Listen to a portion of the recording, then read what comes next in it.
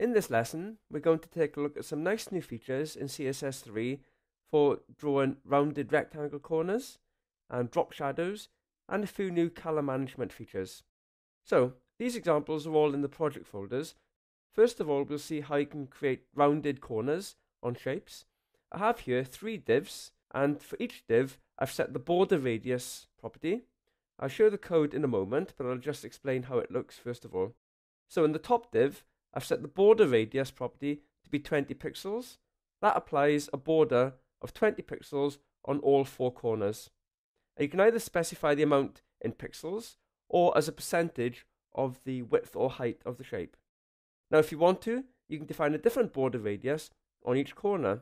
So the border radius property takes 4 numbers, where you can specify a top left corner of a certain radius. The top right has a more rounded corner. The bottom right is quite small, and the bottom left has no rounded corner at all. And finally, there are individual properties such as border top left radius, border top right radius, where you can specify each radius individually if you want to. Right, there you go. Let's have a quick look at the code. So, in my code, let me just skim down to the bottom. I have 3 divs, and each div has a different class: border 1, border 2, border 3. And at the top of my document, I've defined class styles. Border 1 has a radius of 20 pixels on each corner. Border 2 specifies 4 numbers for the top left, top right, bottom right, and bottom left. And then if you want to, you can set each border individually using specific property names like this. So that's rounded corners. Next thing we're going to have a look at is how you can do drop shadows. So there's a new property in CSS3 called box shadow. Box shadow takes 5 parameters. I'll show the last example first actually, because that shows all 5 parameters all in one go. So the first value here is the horizontal offset of the shadow. A positive number means go to the right, a negative number means go to the left. The second parameter is the vertical offset. A positive number means down, a negative number means up. The third number is the blur distance, so this gives you 20 pixels worth of blurring. You can define the color, and you probably do need to define the color for most browsers. And if you set the inset property, then that allows you to have an inset shadow, so you can see the shadows inside the shape here, as opposed to being outside. This example actually shows one more property. In this example here, we specified the horizontal offset, the vertical offset, the blur distance, and the spread distance. So that will give you 10 pixels worth of spread in all dimensions. So the best thing to do is to have a play with these figures and see what effect you get. I'll show you what the code looks like. This is the shadows HTML. So in my example here, similar to the previous example, I have a series of divs, and each div has a different class. And then at the top of the document, I apply different styles to those classes to illustrate the various capabilities. All the divs, as you might have noticed, have the common features. They all have the same background color, yellow. They all have a rounded border radius. And you might have noticed that if the shape has a rounded corner, then the shadow also has a rounded corner. So that's quite nice. Let's go back to the code. This is the general syntax for the box shadow property. I've already explained what those values mean. And this is what it looks like. So specify a negative offset, so the shadow goes to the left, and a negative vertical offset, so the shadow goes up. So we have an upset shadow there. On the second example, we have a positive value for the X offset to the right, and a positive value for the Y offset. So that will go down. So that looks more conventional.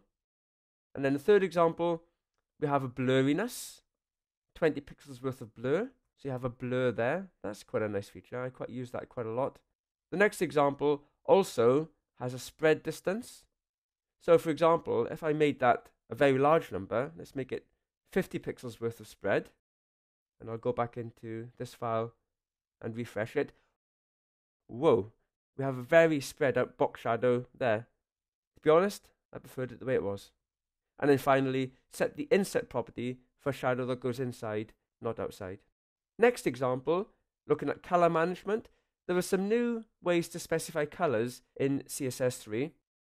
You have an RGBA function where you can specify the redness, greenness, and blueness, either as a number from 0 to 255 or as a percentage, 0 to 100. The last number is the alpha number, or the opacity. This is a number between 0 and 1. 0 means transparent, 1.0 means completely opaque. So this shape is pretty much transparent. Next one, this one is used in percentages. So here we have a shape that's 100% green, but only effectively 10% opaque. So it's pretty much transparent. There's another function called HSL, where you can specify the first number here is the hue. That's, you can imagine a color wheel going from 0 to 360 degrees. 0 represents red.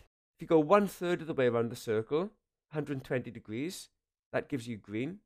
If you go another third of the circle to get 240, then that gives you blue. Go back up to the top again, you're back to 0, and that's red again. So this is a color wheel. 240 represents blue. The second number is the saturation. How rich do you want the color to be? And the third number is the lightness. 90% means it's quite light. You have a number between 0 and 100%. And then finally, you have an HSLA function where you can specify the opacity as a number between 0 and 1.0. Okay, I won't bother showing you the code for that because you can imagine how it looks from the example here. One last example, there's a new property specifying the opacity. I have here a series of divs, and the bottom div has an opacity of 1.0, so it's completely opaque. And then as we go upwards, each div has an opacity that's gradually getting smaller until we get to the top one. You can't actually see it because it has an opacity of 0, which means it's completely transparent. Let me show you what the code looks like for that one. Opacity. So here are my divs, and for each one we specify the background color as being orange, and then the opacity ranges from 1.0 to 0. So that's the end of this lesson.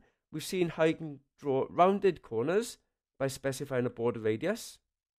We've seen how you can have drop shadows by specifying the box shadow property.